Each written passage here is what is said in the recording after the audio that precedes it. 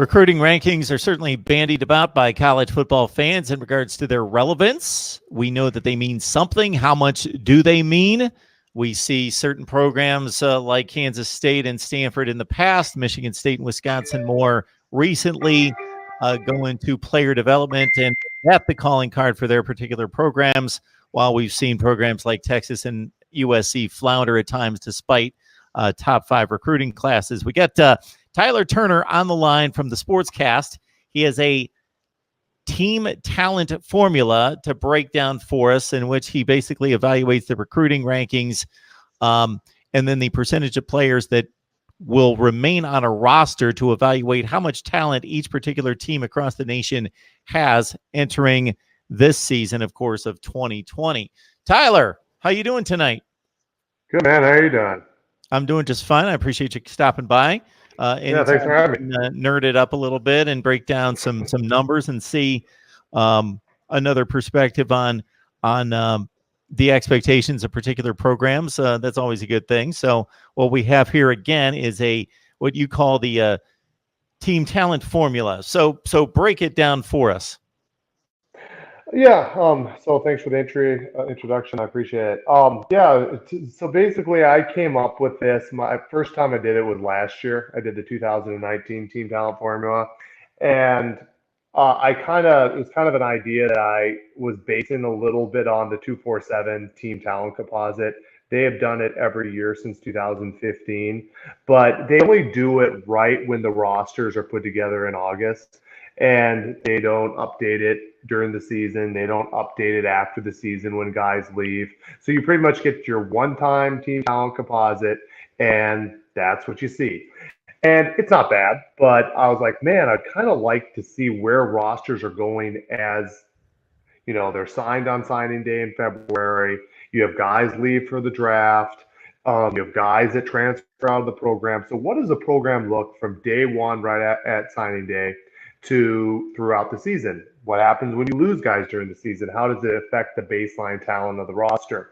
And just to show the little bit of importance of roster talent, in the college football era, 0 teams have made the college football playoff without top 25 talent. So in 6 years of data, there's never been a team that did not have top 25 talent that's made the college football playoff. That's according to the team talent composite. And then there's and that's why I kind of, when I break it down, I'm very specific about it because there's other road marks that you could data points would be a better way to explain it, that could show how successful your team probability of making a college football playoff run. I mean, there's other factors like development, coaching, in-game coaching, schedule. I mean, if you look at my team talent composite, I have 10 SEC teams in the top 25. That's problematic because you might have a very good roster. You look at Tennessee, I have them with the 15th best roster in college football, but that's only 7th best in the SEC. So despite having a very talented roster, they're obviously going against 6 better rosters according to baseline talent. So that does play a role. But in the college football playoff era, no team has never had top 25 talent. I believe it's 21 out of 24 teams have had multiple 5 stars. 21 out of 24 teams have had 30 plus blue chip players. Blue chip players are 4 and 5 star. And 19 teams have had double digit 10 plus top 100 level players on the roster. So for the most part, in the college football playoff era, you have to have top 25 talent, and for the most part, you have to have 30 plus blue chip players, multiple 5 stars, 2 plus 5 stars, and double digit top 100 players. It will give you the best opportunity to have a college football playoff roster. So, Tyler, for anybody that wants to follow along with us throughout the rest of the conversation and wants to look at your current formula, where can they find that? Sportscast.net. They have obviously daily articles, or you could go on to, do I have it? Would want to. So sportscast.net is where you're going to find my formula. It's in one of the articles in there. I believe if you go to @TurnerCast, go down my Twitter a little bit, it should be in there. It'll say Team Talent Formula. I've revised it recently, so you should be able to check out in there. So you've made a distinction, of course, between the teams that make the college football playoff in the 6 years that we've had it and the teams that have Yep. missed it. I've got to think that there's also a distinction between the teams that have succeeded in the college football playoff and those teams that have not. You know, what comes to mind is a Washington, a Michigan State, some teams that are Yep. good teams, but Yep. didn't necessarily have elite talent and obviously didn't fare well in the college football playoff versus the Alabamas and Clemsons and Ohio State in 2014, teams that have actually won the thing. Yep. Yes, there definitely is a distinction. It's actually that's a good bringing up point. So I said there is four teams that have not had multiple 5 stars. 2015 Michigan State, 2015 Oklahoma, 2016 Washington, and 2018 Notre Dame. And yes, they all lost, and they all got killed for the most part. They all got their butts whooped. And then if you go to less than 30% blue chippers on the roster, 2015 Michigan State had less than 30 blue chippers. 2015 Oklahoma had less than 30 blue chippers, and 2016 Washington had less than 30 blue chippers. So yes, the least talented teams on paper have been not done very well in the college football playoff. So in looking at your rankings for the 2020 season, it's certainly no surprise to see the culprits that we typically see vying for the college football playoff and at the top of the recruiting rankings year after year after year after year. Alabama, Georgia, Yep. Ohio State, Clemson, and on down the line, LSU having just won a national championship. The teams that, and so for those people that follow recruiting, they're not going to be surprised by this list. Now, people that just follow college football and watch the games and kind of give an ear off to the side to recruiting, they may be surprised by a few teams in here, like you mentioned, at Tennessee, who, except for a couple 9-win seasons under Butch Jones, has not been successful since 2006 or 7, and they're the 15th most talented team in the country. That doesn't surprise me. Texas A&M, of course, coming off a 8-5 campaign under Jimbo Fisher in his second season, has to run into that schedule that you're talking about, most notably in the SEC Western Division. They've played Clemson the last 2 years, the 8th most talented team in the country. But again, the people that follow recruiting aren't going to be surprised by that. And it's very interesting down the line. So has anything jumped out to you in regards to where you started in building this formula and then starting to crunch the numbers and then the end result in regards to, oh, this kind of surprised me? Well, I mean, I wasn't surprised by the SEC domination, but it's something to definitely point out. The fact that you have 3 SEC teams in my top 5, you have, I mean, if you go to the top 8, 5 of the top 8 are in the SEC. It's just pretty. I mean, you have a roster like South Carolina, which on paper has 2 5-stars, 26 4-stars, and 5 total top 100 level players. That's a pretty good roster. I mean, that would compete pretty well. It would compete very well in the Big 12. That'd be the 3rd most talented roster in the Big 12. That would be the 5th most talented roster in the Pac-12, or it would be the 4th most talented roster in the Big 10. But when it comes to the SEC, it's sitting there at number 8 in a division where you have Florida, Georgia, and Tennessee all with more talented rosters. So what I just saw was just even a team in the SEC like South Carolina that you would think, oh man, they're not very good. I mean, they're 4-8 last year. I think the year before that they were 7-6, got destroyed by Virginia in the bowl game. But you look at the roster and you're like, man, it's still a pretty darn solid roster. What else jumped out to me was the Big 12.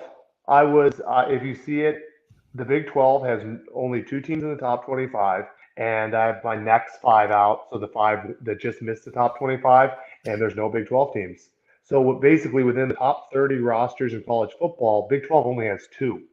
So I was a little surprised by that. I would have thought TCU was better and Baylor, but when I went through their roster, they've not recruited very well the last few years. They don't have very many high-level players.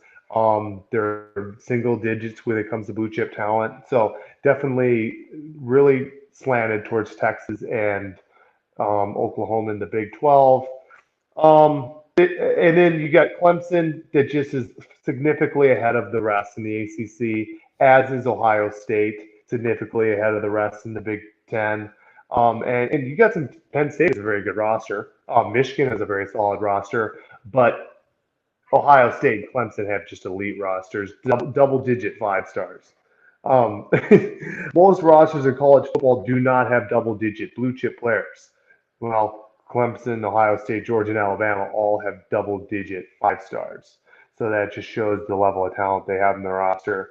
And I'm a Pac-12 fan, so that's probably the one I'm most uh, familiar with. And USC, unfortunately, their bad results in the field. In the team talent composite era, they have had a top 5 roster every single season. This will be the first season that they will not have a top 5 roster. And why? Because people aren't going there because they're not I mean in the college football playoff era, they have not made the college football playoff. They have only won one Pac-12 title. They have only been in the top 10 one time, and they've had top 5 talent. So eventually, players are going to stop going there because they're not going to the college football playoff, and they're not getting prepared for the NFL draft. I think USC has not had a first round draft pick in 4 years, if I'm off the top of my head. So you're definitely seeing USC drop down. Oregon's obviously really doing pretty well. Their talent is pretty similar to USC, and they're about another year away from being the king. They're probably going to go Clemson. They're going to probably be comparable to Clemson in the ACC, the talent level on Oregon in the Pac-12. So yeah, there's just some data points. Really strong SEC, not a very strong Big 12, and then you really got strong rosters for Clemson and Ohio State in their respective conferences. Yeah, I'm not a recruiting geek, but I obviously have guys like you on a daily basis that keep me abreast of recruiting, and I look at the final rankings, and that doesn't surprise me about the Big 12 because Oklahoma's turned good recruiting classes into results on the field. Texas hasn't, but still the classes have been great. And then everybody else is floundering in the 30s and 40s, Oklahoma State Yeah. and so forth and so on. So as I run it down, the first aberration is Texas at number 6. They have certainly not produced generally the 6th best team in the country during this span. They had the one good Sugar Bowl team 2 years ago, but other than that, they've been losing 5 games a year. The next one jumps out. We talked about Texas A&M to a certain extent, but we'll see what Jimbo can do with that roster in year 3. Oregon's interesting to me that I can't recall offhand what they were doing right before Cristobal entered the scene, but he's recruited the top 2 recruiting classes in the conference and top 10 to 12 in the nation, which has obviously impacted that number, Tyler. Yes, actually, that's my team. Believe it or not, or I am an Oregon fan. So I'm actually most familiar with their roster, and he actually inherited the number 25 rated roster according to 2018 Team Talent Composite, and he had only 19 blue chip players. He had 5 top 100 players. He had 0 5 stars. He actually only had 72 guys on scholarship. 85 is the allotment for a Division I roster. He had 13 underneath that allotment, which is just absolutely ridiculously low number of scholarship players. So his ability in 3 years to land a top number 13 class in 2018, a number 7 class in 2019, and a number 12 class in 2020. He's had 10 top 100 players he's landed. He's landed 4 5 stars. He's also had 2 former top 100 players transfer into his roster. Of anyone that I've followed, and I followed him the closest because that's my fandom, he's done better than anyone else at increasing what was not even really a top 25 roster, was just on the border to being, I mean, they're right there. Pretty much, if you look at those numbers from Texas to about, I mean, like really in the middle there, if you look at the points and you look at the number of 4 stars, 5 stars, they're very similar. Like, I mean, Alabama, Georgia, Ohio State, Clemson, and LSU definitely are significantly better than the rest. And then from like Texas to probably about Michigan, I mean, those rosters are so close. Mm-hmm. And so like Oregon went down there. They had a roster similar to about Kentucky. In 2 years, they're already up there with right there in that second tier of talent, which is a remarkable improvement. I'm trying to think if there's another one that's even close to as good. Uh, Jimbo Fisher, he inherited a 16th ranked roster, and now he's in the top 10. He landed a top 5 class last year. He landed a number 6 class this year. He's recruited really well. And I know the results aren't on the field, but he plays in the SEC, which is unquestionably, in my opinion, the best conference in college football. I am interested to see how he does in year 3 because he's brought in top 10 talent. So that he's probably the second one. And believe it or not, Clemson's the other high riser. You think of all their success, they've never had top 5 talent. Even their 2015 team was rated number 13. Their 2016 team was number 9. 2017 team was it 9? I think it was 9. 2018 was 6. They were number 9 this year. So for them to get in the top 5 is actually the best roster they have ever had, and they almost doubled their 5 stars with this last signing class. So I'd say the 3 best. If you were to say 3 risers, I would say Clemson, Texas A&M, and Oregon are the 3 most rising rosters in college football, especially at the top And then end. the other aberrations I see when looking at the top 25 between results on the field and the recruiting rankings, we touched on Tennessee. We'll see what Jeremy Pruitt has in store in year 3. They were a much better team the second half of 2019 with a bowl victory, finished 8-5, so there might be some life there. In Knoxville, of course, Florida State has been abysmal the last 2 years at 5-7 and 6-7. They're kind of a split situation with Jimbo obviously leaving, and then Willie Taggart takes over, and they're awful. Over the past 3 years, we're looking at 7-6, 5-7, and 6-7. So they've been a 500 team. Miami's 6-7 and 7-6 the last 2 years, and lost their final 3 games of 2017. So they've been a 500 team despite good talent recently.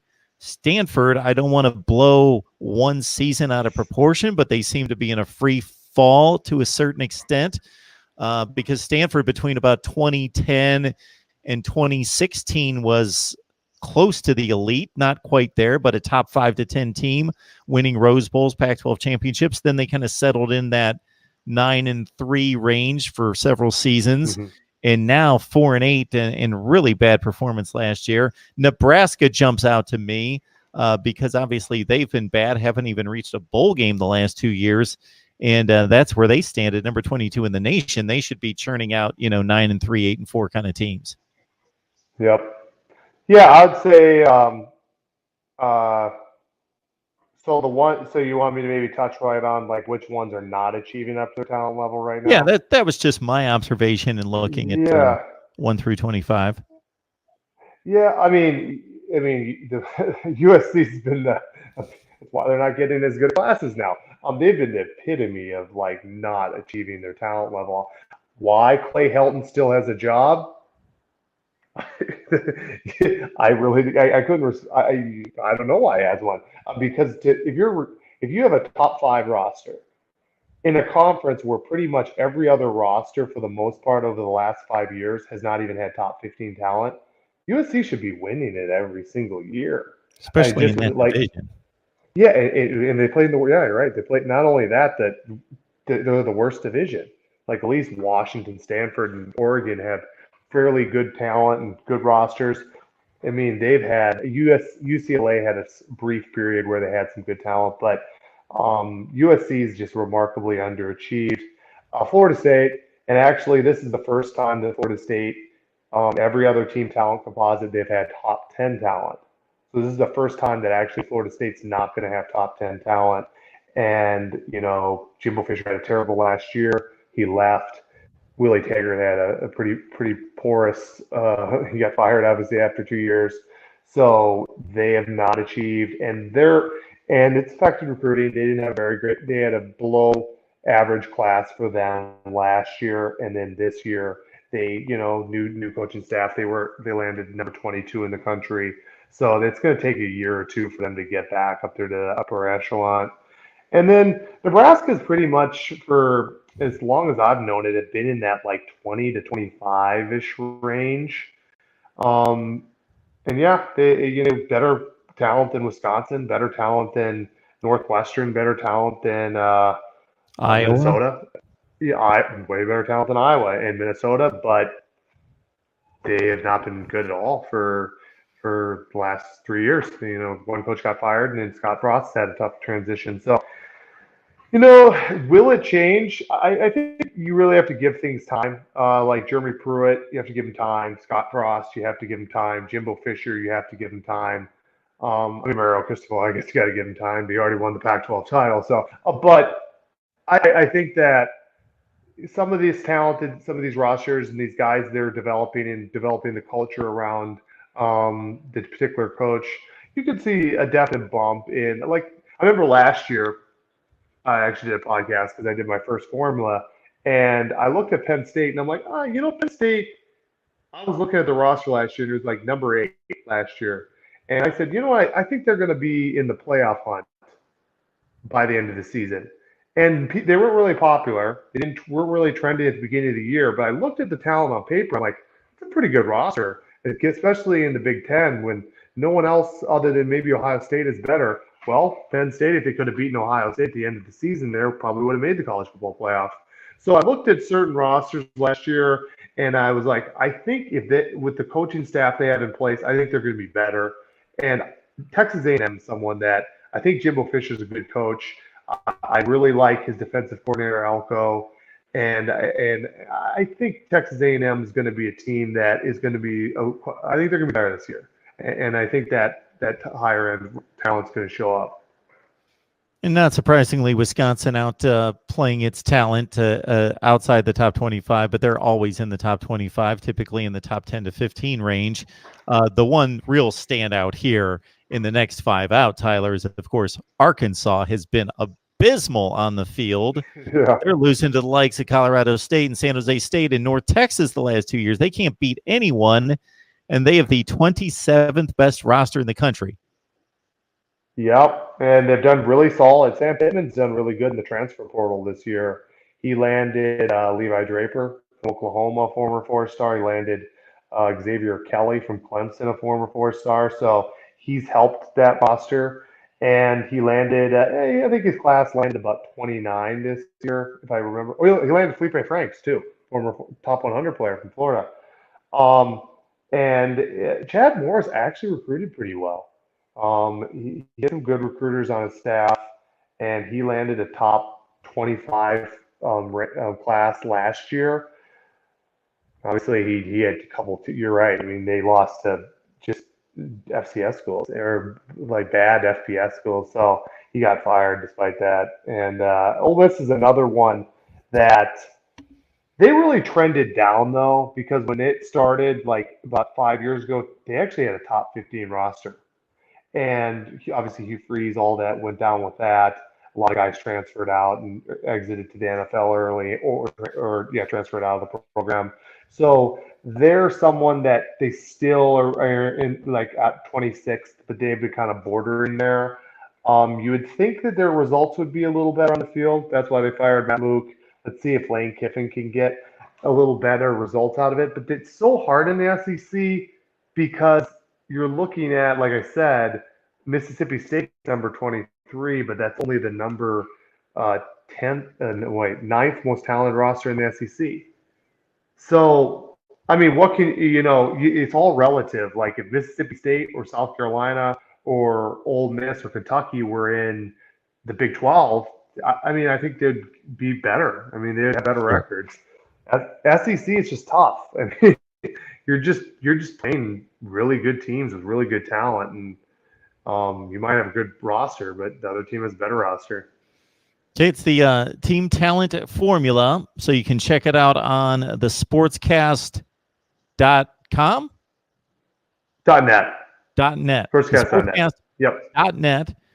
We appreciate Tyler Turner for stopping by and explaining his system, which seems to make a whole lot of sense. Tyler, we appreciate the conversation. Thanks, sir. Thanks for having me on. Appreciate it.